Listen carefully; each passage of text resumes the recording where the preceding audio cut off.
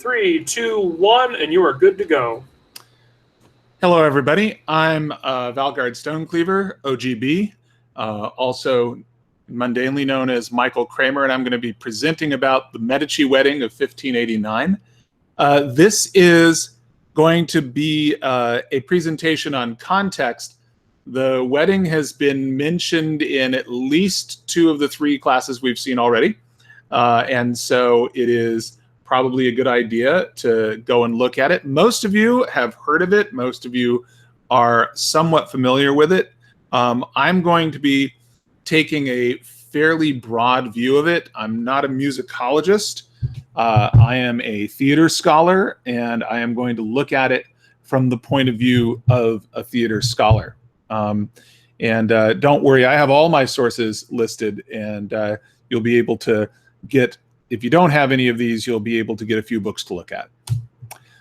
First of all, there's a dedication. I would like to dedicate this to my good friend Steve Cordova, also known as Lord Stephen Shireborn, who died a couple of weeks ago. Boy Viking, theologian, Dante scholar, and Nero Wolfe fan. He was Nero to my Archie. And he always knew where the great gelato in Florence could be found. He spoke 9 languages. He lived in Florence for a while. He was an expert on Renaissance art, as well as having taught Catholic dogma at seminary, and was a great classical scholar. So we all know this quote: "All the world's a stage and all the men and women merely players." This is Theatrum Mundi and Renaissance politics. Nearly every theatrical study of this type of Renaissance political display starts with Shakespeare's quote, so I figured I would go along with that trend. And this is our stage. This is the city of Florence, and we are going to be looking at what happened in Florence in May, actually last day of April and May of 1589, which is often credited as having been either a proto-opera performance or the first opera. It wasn't really the first opera. It's a real stretch to say that. But a lot of opera companies, when they're performing this material, say, hey, here's the first opera. Wasn't really, but it was close.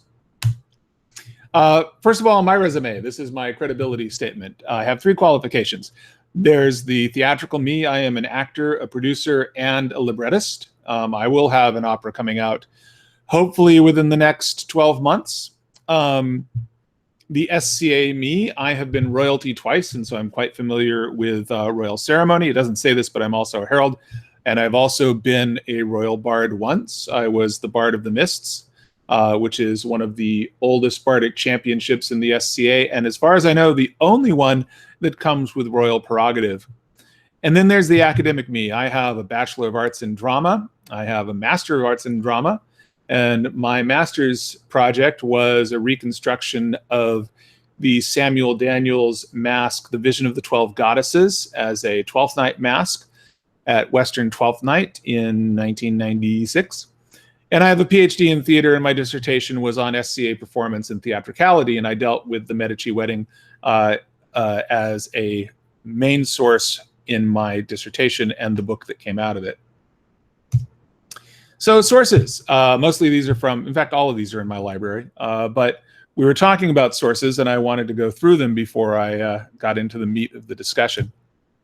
So the first is The Medici Wedding of 1589, Florentine Festival is Theatrum Mundi by Dr. James Saslow. This is the main book that looks directly at the wedding festivities and just at this wedding. Here is the eminent Dr. Saslow. At Stonewall, Dr. Saslow was on my committee and was very, very influential in my work. I think that his book is one of the best books on Renaissance theater and Renaissance politics ever written. Next, a plug for my book, Medieval Fantasy as Performance, The Society for Creative Anachronism in the Current Middle Ages. Among other things, it discusses how SCA ceremony and theatricality intersect with Renaissance iconography and performance. We're going to get back to my book at the end of this presentation. Oh, and there's me as an Italian Renaissance prince. Twelfth Night, I don't know, 1991, I guess. The next important book in my collection is The Portable Machiavelli, and this is mostly for the prince. I'm going to quote Saslow here. Since Machiavelli, Italian political theorists had held that the prince's essential art is looking the part, that is, playing the public role of statecraft with conviction and splendor, Saslow 15. And this led, among many other things, to the development of opera. I also highly recommend this book if you're into triumphal entries. This is the full collection of the plates of the Triumph of Maximilian. Spectacle, Rhetoric, and Power, the triumphal entry of Prince Philip of Spain into Antwerp, 1549. This is another very good art historical look at a royal entry in the same style as Christine's entry into Florence. Chivalry and the Perfect Prince, Tournaments, Art and Armor at the Spanish Habsburg Court. This deals with some of the more martial aspects of Renaissance theatrical display. I like it, among other things, as it is the first source I ever discovered for the use of rapier in the lists. Commedia dell'arte and the Mediterranean. This is a really great book. It discusses commedia as an intersection of Mediterranean culture, and it locates itself, instead of in Italian studies or theater studies or Renaissance studies, in Mediterranean studies, which is a different academic discipline, which sees the Mediterranean basin as a singular community at the intersection of three continents and many cultures. It's a great book, but it really only applies to slide 34. Scotland's Last Royal Wedding, the marriage of James VI and Anne of Denmark. This is another royal wedding that took place in 1589, a couple of months after the Medici wedding. This book is more interested in politics than it is in art and theater, but it makes an interesting contrast to the other wedding that took place in the same year. Mattress Maker's Daughter. Let me plug A Mattress Maker's Daughter. Everybody who is into this period should have this book. This is the Renaissance romance of Don Giovanni de' Medici and Livia Vernazza. Don Giovanni was a illegitimate younger brother of Fernando. He was a great patron of the theater and an architect himself. He produced the kinds of spectacles that took place at the 1589 wedding. This book only has one paragraph on the 1589 wedding because Giovanni was out of town at the time and missed the celebration.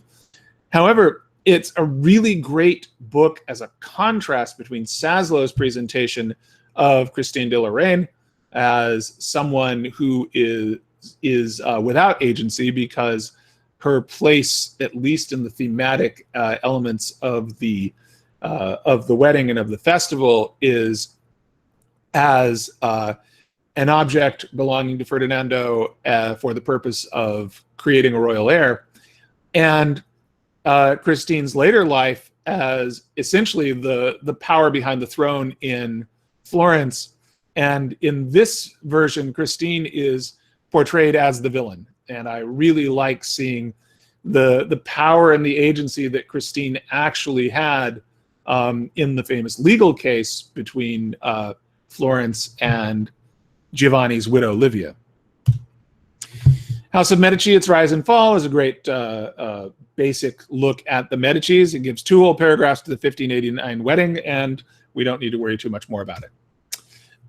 This book, however, is one that everybody needs to have in their library. Art and Power by Roy Strong is the main study of Renaissance theater as politics and vice versa.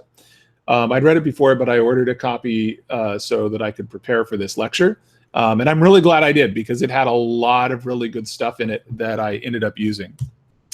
Theater Festivals of the Medici, 1539 to 1637. I had not read this before, but I also ordered this one preparing for this lecture. It's quite an excellent book on the entire theatrical festival and triumphal entry and processional tradition in Florence under the Medicis. So why we care? Why do we care about the Medici Wedding of 1589? First of all, and most important for this group in this lecture, it is the origin of opera. Second, it's a great demonstration of Renaissance politics as Theatrum Mundi.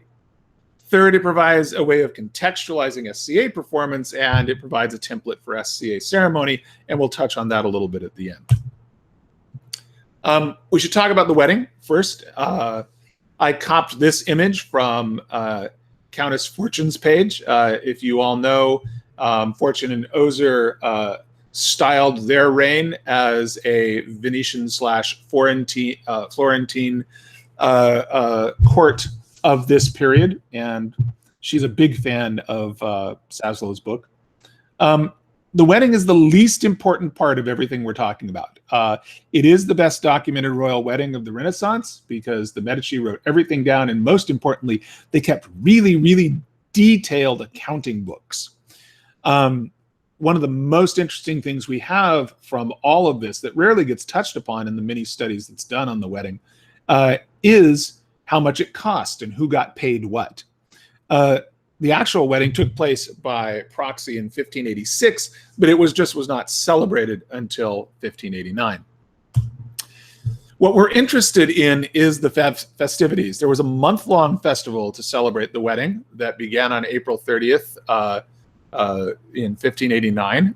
It included the triumphal entry of Christine into Florence, a May Day celebration with a maypole, Christine's coronation, which was part of the entry, the wedding mass, other ecclesiastical events, and interestingly enough, we have great documentation of the Medici court events and very little documentation other than eyewitness accounts of the ecclesiastical events, the stuff that was performed by the church. Apparently there was a couple of big ecclesiastical processions as part of this festival. We don't have a lot of information on those because the church didn't keep as good a records as the Medici did, who after all are bankers. There were the famous theatrical performances, which we've talked about a couple of times already today. There was a tournament. That was a daytime tournament tilting at the quintain. There was a nighttime joust. There was a mock naval battle. There was animal baiting, an allegorical parade, foot combats, and a very famous football game. And this is just in Florence. We're going to note that along her journey from France to Italy to Tuscany, there were a number of stops where they also held royal entries and progresses and theatricals. Those are not quite as well documented as the ones in Florence. Speaking of documentation, this is one of the many festival books. We have 18 commemorative festival books and programs, which outlined everything that went on as part of the triumphal entry and the intermedi, and in some cases, the entire month-long festival. We also have diaries, but I didn't mention that here. We have many commemorative prints. We have Buontalenti's original design sketches for the set and costume designs for the intermedi. We have much of Cavalieri's original music. We have the account books, as I mentioned. We have eyewitnesses' accounts. And images of the wedding are all over the internet. Several originals are in the Met. They have at least one of the original festival books at the Met. I used Wiki Commons for most of the images here, but not all. Some of them I just stole. And of course, physical artifacts. There is still today one arch painting and 6 stucco sculptures, and a sculpture of a Roman soldier by Giabologna that was created for the festival. 88 design sketches, prints, and at least one souvenir food container. Because I couldn't find the souvenir food container, I took a picture of a souvenir food container from a different royal wedding. This isn't mine, although I used to have one of these. I was in London the year of Charles and Diana's wedding, and these China coffee mugs are all over eBay. So this lecture covers the following. It covers the creative team, Christine's royal entry, the intermedi, the outdoor festivities, some of them, and some thoughts on SCA theatricals. So first, let's look at the players. And this isn't the entire creative team. We have the names of many more people than these. These are just the ones I want to focus on today. The first and most important is Fernando I de' Medici, 1549 to 1609. Cardinal from 1562 to 1589. Grand Duke of Tuscany from 1587 till the death of the hated Francesco, until his own death. Sorry. Ferdinando pivoted Tuscany from pro-Spain to pro-France, and this is very important. He was very anti-Habsburg, and this is why he married Christine de Loraine. Ferdinando's reign is considered a golden age for Tuscany, according to Strong. It produced both Galileo and invented opera. More than anything else, Ferdinando is the star of the show that we are talking about today. Because as Machiavelli discusses, this type of royal progress, royal performance, and royal wedding is a piece of theater unto itself in which the prince is both the main audience and the leading player. Christine de Loraine, Fernando's bride, born 1565, died 1637. A princess of the House of Loraine and later Grand Duchess of Tuscany. She was the regent of Tuscany after Ferdinando's death. Daughter of Charles III of Lorraine, who was one of the many, many kings of Jerusalem. She was the granddaughter of Catherine de' Medici. It was Catherine who arranged the marriage, but she died in January of 1589, so could not be present for any of the festivities. And she is, of course, Ferdinando's co-star. Next, we have Giovanni de' Bardi, Count of Vernio. He was the head of the Florentine Camerata, which we already heard about today, also called the Camerata Bardi, which invented opera 8 years later. He was edged out as court composer by Ferdinando. He was, however, the master of ceremonies, stage manager, and overall creator of the Intermedi. It was he didn't write the libretto. He didn't write most of the music. I think he contributed one madrigal. But what Bardi did was he outlined the themes and the ideas that were used in the Intermedi. Bardi was the highest ranking member of the creative team other than Ferdinando and Christine themselves. He was a count. He was a military commander, as well as being one of the most noted humanists of Florence at the time. And then we have Cavalieri, whom we've also already discussed today, born 1544 or 45 and died in 1602. At this time, he was the Medici superintendent of fine arts, meaning that he was kind of like the master of revels in England. He was the person who was in charge of all artistic display. So he was the producer in the modern sense of the Intermedi. He was a composer, music director, and choreographer for the performance. He and Bardi hated each other, as already been touched on here. A thing about this image, this is, I'm positive, Cavalieri, but on different sites on the internet, it has this image, it identifies this image as either Cavalieri or as Giulio Caccini. And of course, both of them claimed to have invented monody and opera. Cavalieri was much greater at tooting his own horn, and as was mentioned in Peregrine's piece, he was a very, very angry man. And then we have Buontalenti. Buontalenti is the person whom theater scholars remember most for this. He was the architect, scenic designer, costume designer, and artistic director for the visual aspects of the Intermedi. He designed and built the Teatro Medici, where the performances took place. He decorated the Uffizi Palace. He designed the sets and the costumes for the Intermedi. He also created the Boboli Gardens and several fortifications for Ferdinando. And reportedly, he invented ice cream. So we shall be forever thankful. And the last member of the creative team that I mentioned here is Isabella Andreini, 1562 to 1604. A writer and actress called the Female Shakespeare, probably the most prominent female playwright in Europe at the end of the 16th century. One of two prima donna of the Compagnia Gelossi, and credited with having developed improvisation into an art form, and having invented Lazzi.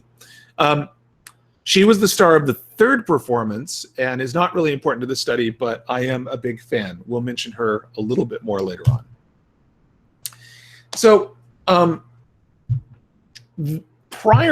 days prior to the intermedio, which we always talk about and which are studied and which the music exists for, and many of you have heard, there was a progress in entry for Christine's entry into Florence.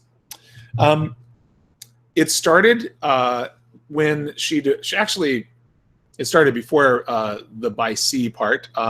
She departed Marseille on April 11th in an armada of 12 ships, 4 from Fernando, 4 from Malta, and 4 from the Pope. Fernando's ships were from the Order of Saint Stefano, the anti-piracy order that he founded.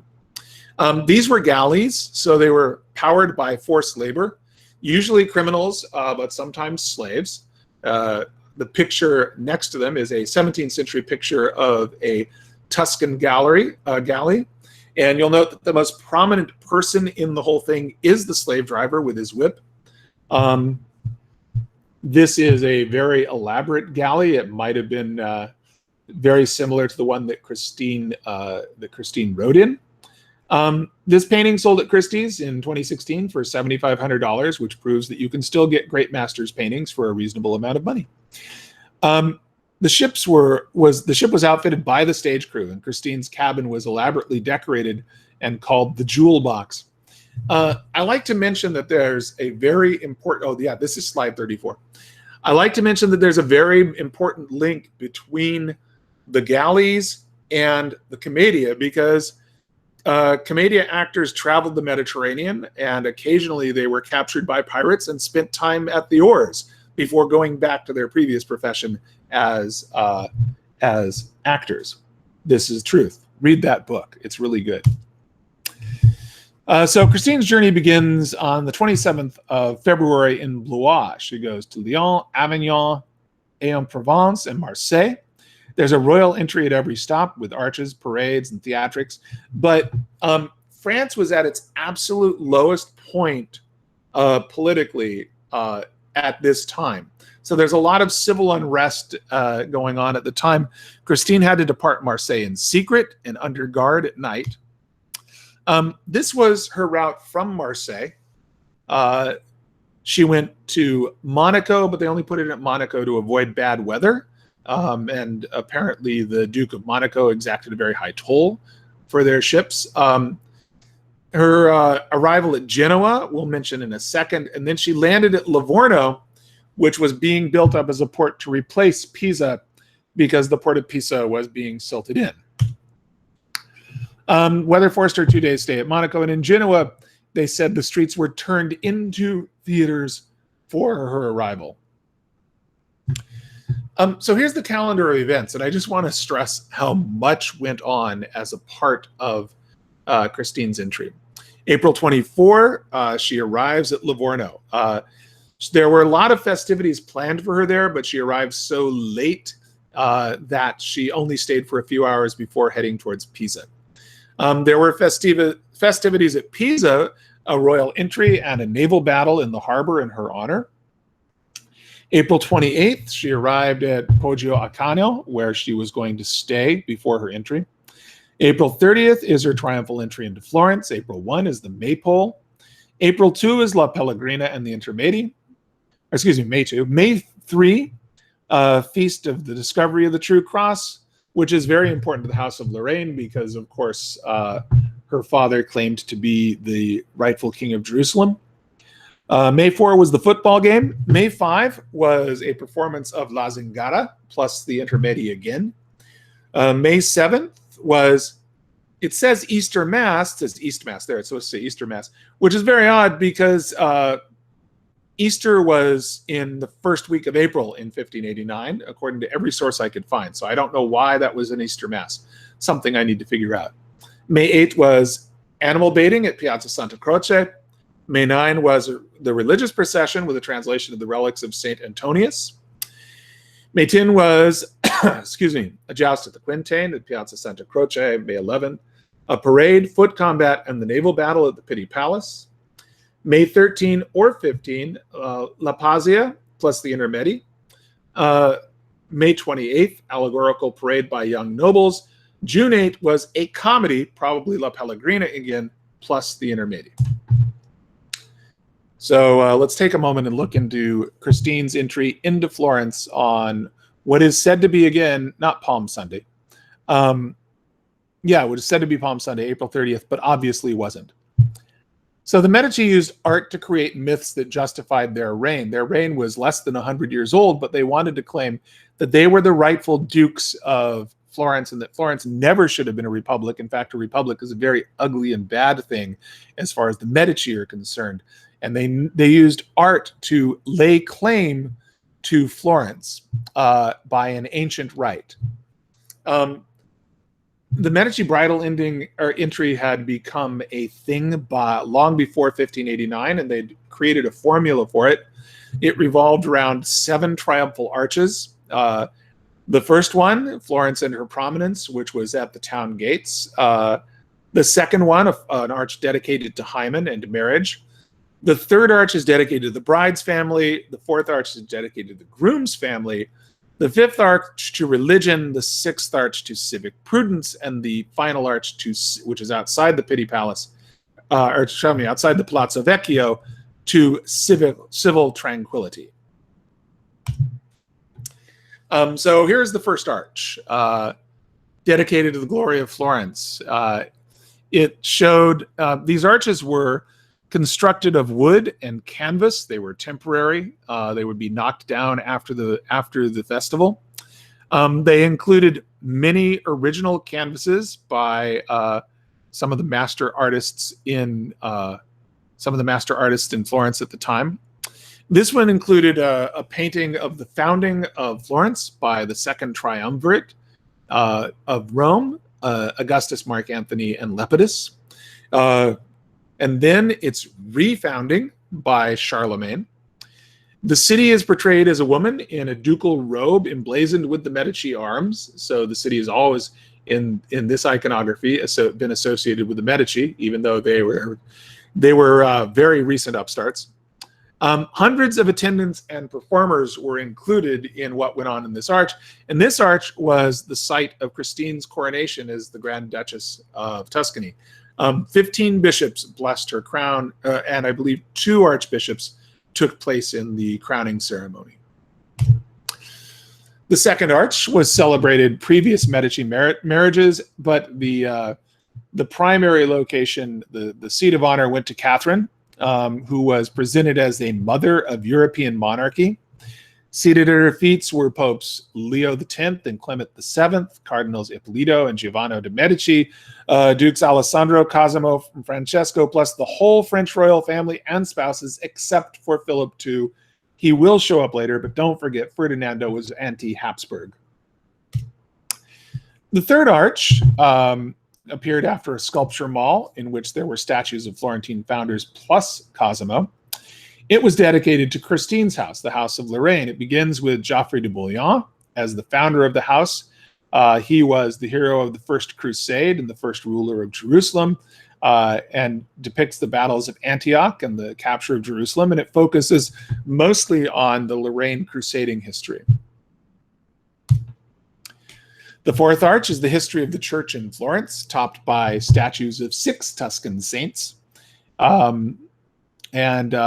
Statues and paintings of notable ecclesiastical events, most prominent the bishopric of Tuscany becoming an archbishopric. The fifth arch, dedicated to the Habsburg Empire, but it was greatly diminished and much smaller from earlier bridal entries because, as we said, Fernando was not big on the Habsburgs. There were statues there of both Charles I and Philip II and paintings of the battles of Linz and Lepanto. Lepanto, the famous naval battle where the Turks were defeated.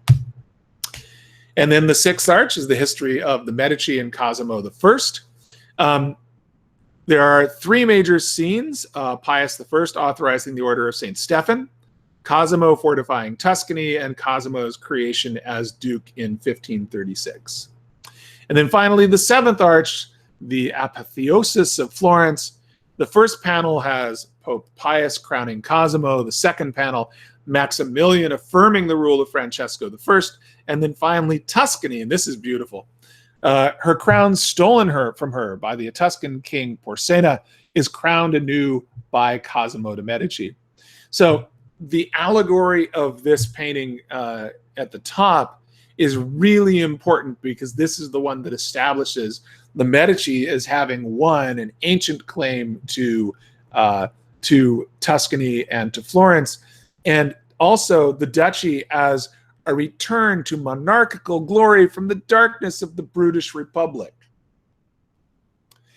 And now we look at the Intermedi, the thing that we're most interested in as opera and music scholars. So let's talk for a minute about commedia and intermedi. The intermedi were musical numbers that went in between the acts of a comedy, almost always a comedy. I've never heard of them associated with tragedy. They could be thematically linked or linked to the comedy itself.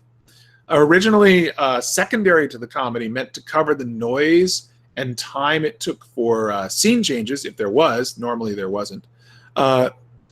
They eventually took over prominence, and they were developed into opera by Bardi and the Florentine Camerata 8 years later.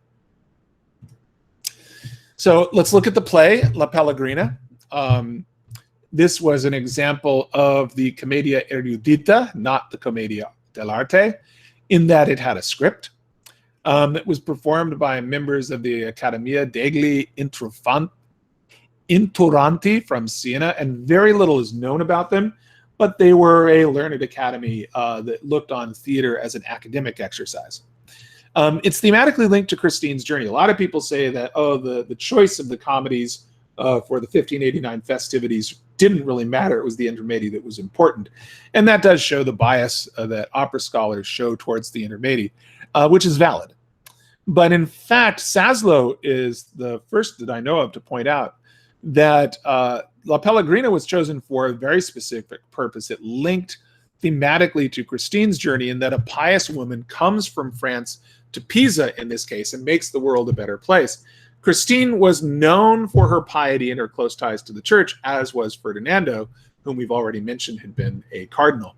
Of course, they took the naughty bits out for Christine. And it's indicative of the fact that the intermedi were the main show. They were performed with 3 and possibly 4 different comedies over the course of the festivities. La Pellegrina was the main one. It was the one directed towards Christine and Fernando. It was the one that everybody thinks of. And when the whole thing is reconstructed these days, La Pellegrina is the one that is used to accompany the intermedi, and the intermedi are often referred to as La Pellegrina, as the entire work. But they were interchangeable. There were 2 other comedies, and the other comedies that were performed with them were Commedia dell'arte. The interior of the Teatro Medici, this is an engraving by Jacques Callot from an intermedio under Cosimo II in 1617, showing what the Teatro Medici looked like. And this is Strong's conjectural floor plan of the Teatro Medici. It had U-shaped seats, a rectangular orchestra, a platform, which we see on the left there for Fernando and Christine and the immediate members of their court to watch and be watched while they are watching, because that, of course, is part of the show. And then the stage area, which is basically left blank. The oval area and staircase is mentioned in a number of the eyewitness accounts of the intermedi, and so Strong recreates it specifically there as a permanent feature of the theater. This is the Teatro Farnese, which is probably the closest example we have to what the Teatro Medici looked like. This is the oldest surviving proscenium theater. The Teatro Olimpico does not count, although many people list that as the oldest proscenium theater. It is not in the sense that Teatro Medici and Teatro Farnese were. We can see here the stage, the proscenium, and the orchestra. And then let's look at the seating at Teatro Farnese, which, as we can see, is in that same U shape that was described as being at the Teatro Medici. So this is Saslow's conjectural floor plan for the sets for the entire performance. We see here where the houses were for that represented the Pisa street scene for La Pellegrina. We see where a number of backdrops and sliding shutters were located for Pisa, hell, the woods, the sea, heaven, the ship grove, and a beam above where heaven was held. We see where the clouds were probably located, clouds 1, 2, 3, 4, 5, 6, and 7. We see a couple of gardens ready to be brought in. And then there was a trap for the mountains to come up through the floor. And then this is an engraving of the set for La Pellegrina. It's what we call an elevation. We can see here, if we look at them side by side, we can see where each of the three houses were, 1, 2, and 3. And then the area that in between them, that's a painted backdrop. Note the use of curved perspective. The way the performance went, the intermedio was the first bit of the performance. Then they began La Pellegrina. Then they alternated in between each act of Pellegrina. There would be an intermedio, and then there was a final finale. So now we're going to look at the intermedio themselves. These are the engravings of the set designs.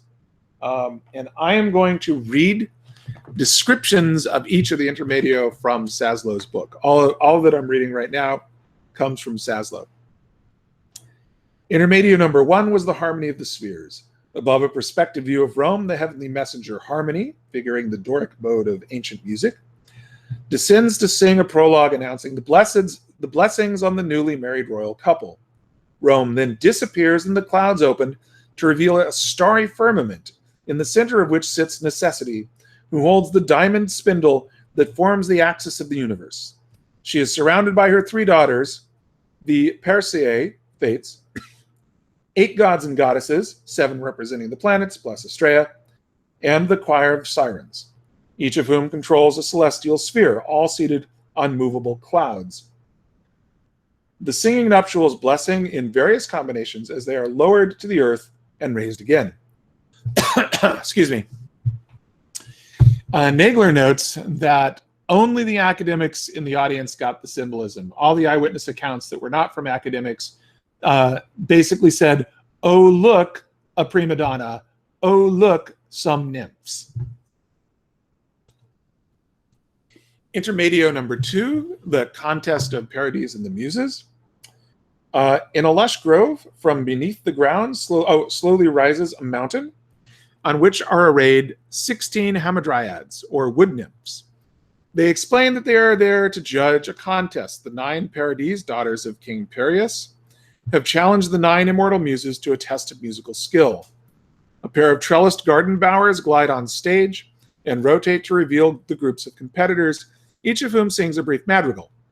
The hamadryads declare the muses victorious, whereupon the mortals are punished for their presumption by being transformed into magpies, who run chattering from the stage. Apparently, transformation from humanoid to some form of animal or bird was especially a Buontalenti's. He had done it in a number of the intermezzi that he had designed in the past. Intermedio 3, Apollo slaying the python. In a forest clearing dominated by a rocky cave whose entrance is surrounded by blasted vegetation, 18 couples enter, representing the citizens of Delos. They lament how their island has been devastated by a monstrous winged dragon. The creature, known classically as the python, actually a serpent, pokes its head out of the cave and spews fire from its mouth. Apollo descends from the sky in answer to their prayer, performing a 5-part military dance, recalling an early Greek program piece recorded by the Roman scholar Julius Pollux. He challenges the beast, slays it, spilling its black inky blood, dances in triumph, after which the Delphinians hymn the gods' praises. Intermedio 4, the Inferno, prophecy of the Golden Age. A sorceress flies in above the scene of Pisa that remains from the previous act of La Pellegrina. Riding a chariot drawn by dragons, she conjures the heroic spirits of the air to foretell when the Golden Age will return. These spirits appear in a fiery cloud that announces the present wedding of two great souls, is the signal for such a revival of joy and goodness. As the spirits depart, Pisa is replaced by a stark rocky scene representing hell as described in Canto 3 of Dante's Inferno.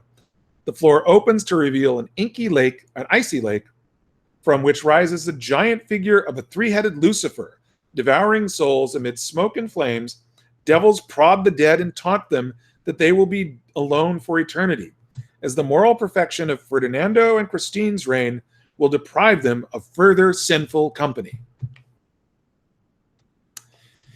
Intermedio 5, Arion and the Dolphin, or the Rescue of Arion. The rocky cliffs frame an undulating sea, over which dolphins pull a shell that bears Amphitrite, the queen of the ocean. Accompanied by tritons and nereids, they pronounce a material blessing and predict for the royal pair such a brilliant progeny that it will adorn the earth from pole to pole.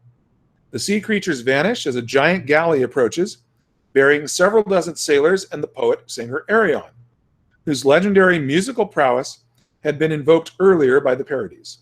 The ship, bobbing realistically, turns forward and strikes its sails in reverence to the Grand Duke.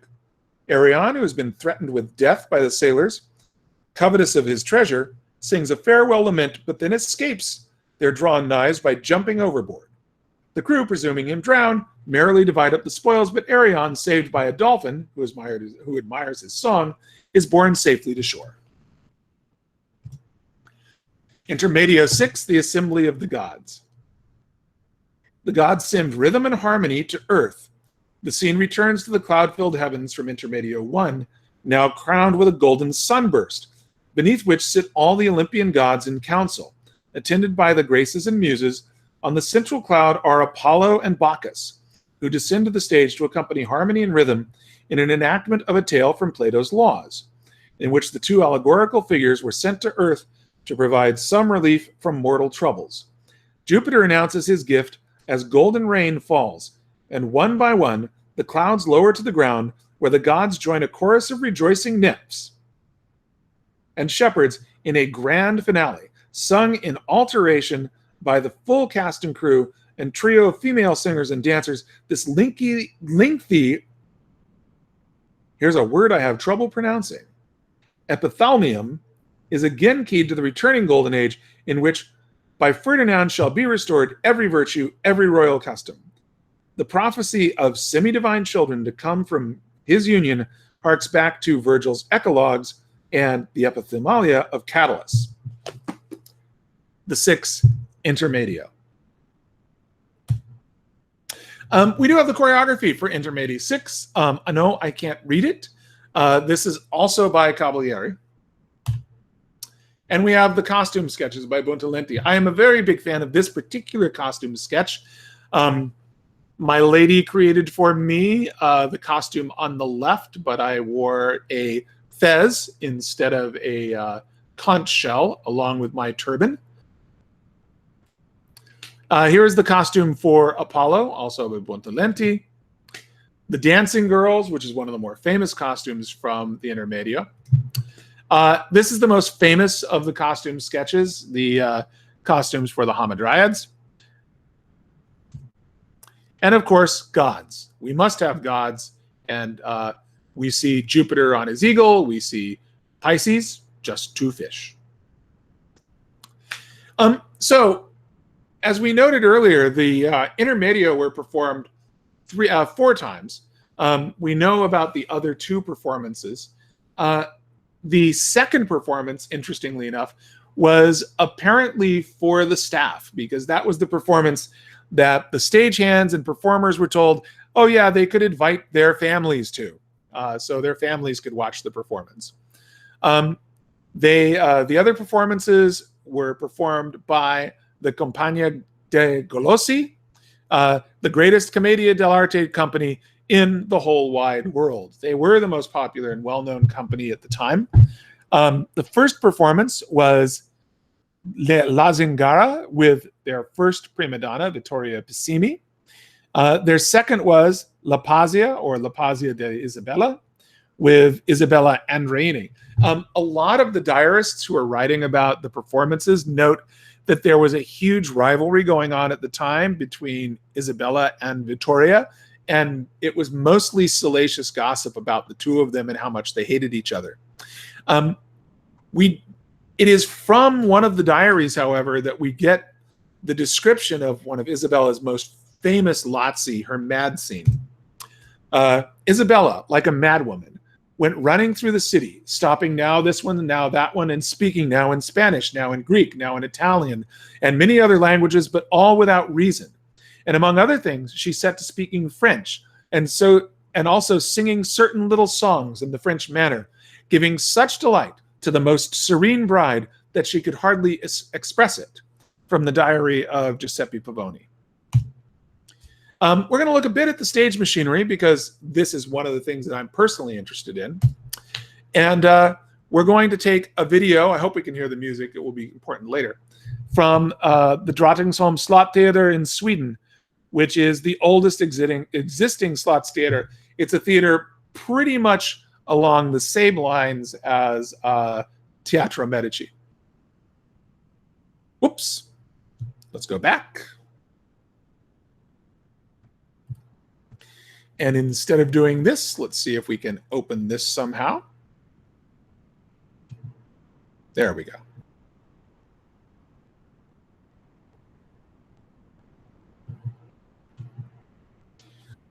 No sound. Can you guys hear the sound on this? It's not important in this video. Can you guys hear me?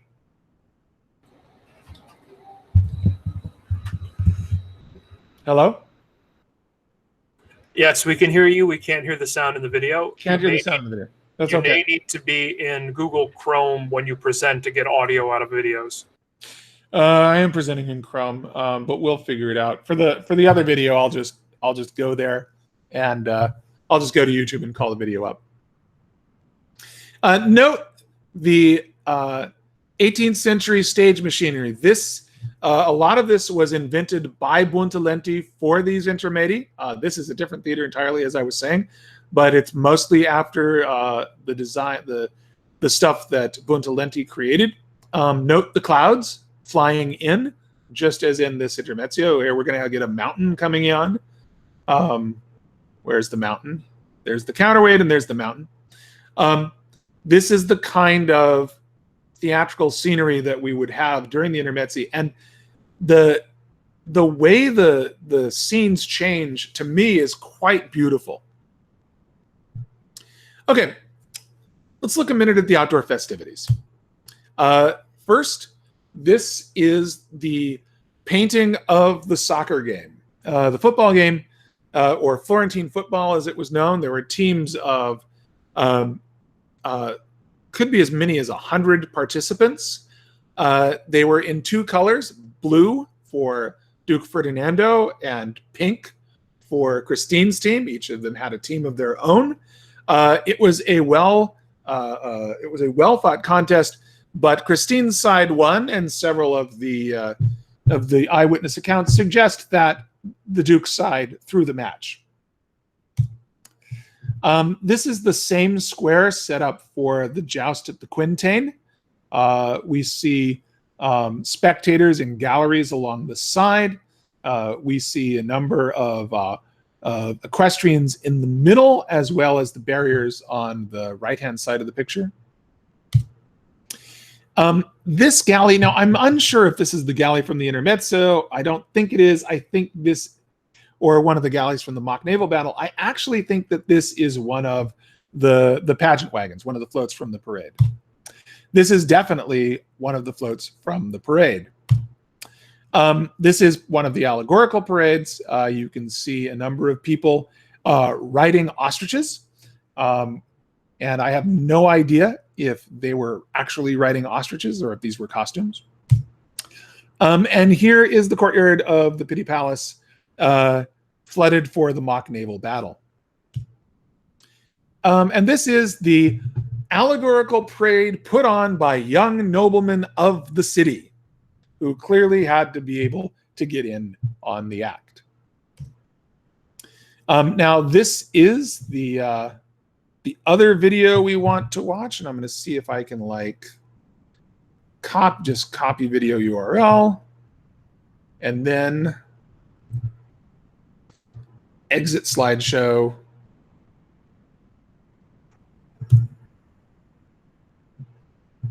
Nope, didn't work.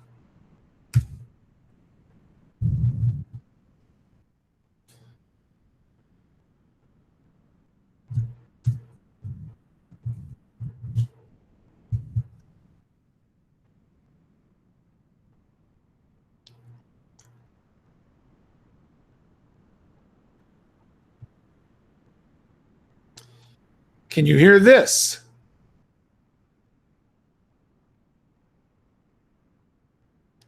I'm going to assume no because I can't hear it. I'm going to do another thing. I'm going to try this. Just believe him.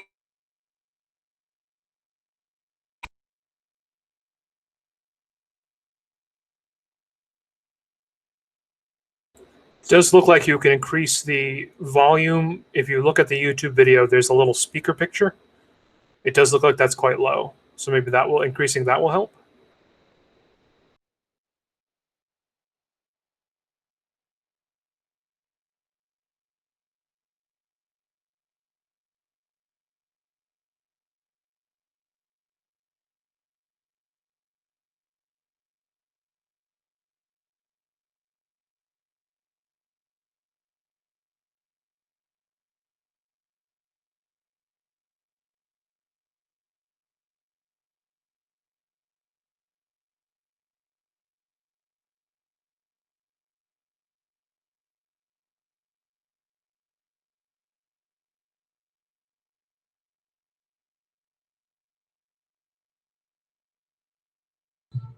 Can you guys hear me now? Yes, we can. There, okay. So the Intermezzi have been reconstructed several times. They were reconstructed in Britain in 1988 with the costumes and sets from the original. That was unfortunately not recorded, but however, that production was recreated by the BBC and Japanese television. And this is a recording of that we're going to listen to a little bit of, probably about 2 minutes. Okay, we had it a second ago. Yep. And when you play the audio, make sure you mute your own microphone, or else we'll get a big reverb. Okay, can you hear it now? No. Okay, I wonder what happened. I should have done nothing. All right. Then we will end and get back to the presentation.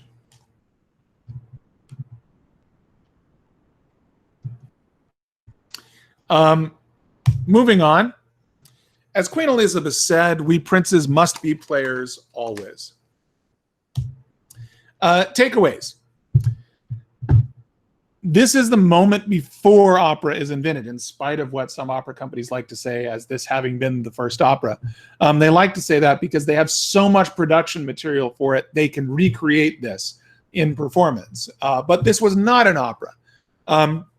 As we've already discussed, there was only one period opera, Daphne, or one opera in the 16th century, Daphne, and it was lost. As with Court Masque, opera is post-period if you go to a 1600 cutoff date, which is why we like the 1650 extension. Renaissance politics was a form of theater, and the scale of these events is almost impossible to imagine. Olympics with opening and closing ceremonies comes closest to mind. And the allegory was lost on most of the spectators. Christine, incidentally, had a festival look, a program that laid out for her what everything she was watching was supposed to mean. In the SCA, it's impossible to recreate this in the SCA due to the scale. However, the primary form of procession in the late Middle Ages was, primary form of theater in the late Middle Ages was procession, which we do very well. And our week-long events like Penzic 50 are the only places where this kind of reconstruction can really take place. Fortune's Gondola, which is one of the better examples of this type of ceremony, of using this type of ceremony as a reference. As I said, Fortune used the 1589 wedding as the basis of her reign. And so she recreated a royal entry with a gondola chariot pulled by her guardsmen as part of it. This is her at Penzic. It's overlooked. It's often overlooked, but the 1589 entry included Christine's coronation. Saslow writes about this extensively. And coronations is one of the things we do in the SCA that's closest to the Theatrum Mundi of Renaissance political performance. For instance, 12th night coronation in the West usually includes an entry, a coronation, a court, a Commedia dell'arte every year, the Duchess's Ball, and in AS30, the Vision of the 12 Goddesses. The Vision of the 12 Goddesses is 1604 masque by Samuel Daniels. I had a Renaissance-style theater at the Shrine Auditorium in Oakland. I had a wing and drop set of a Greek temple. So I used that to recreate the 1604 masque with the new queen, Elena of Beckingham, dancing the queen's role. This was using the theories of Robert Sarlos about performance reconstruction, where you try to recreate the political hierarchy that surrounded the performance at the time. The SCA is a laboratory where you can do that. This is a picture of King Obadiah II, the obstreperous, who passed away a couple of years ago. Obadiah was one of the kings who understood this better than almost anyone.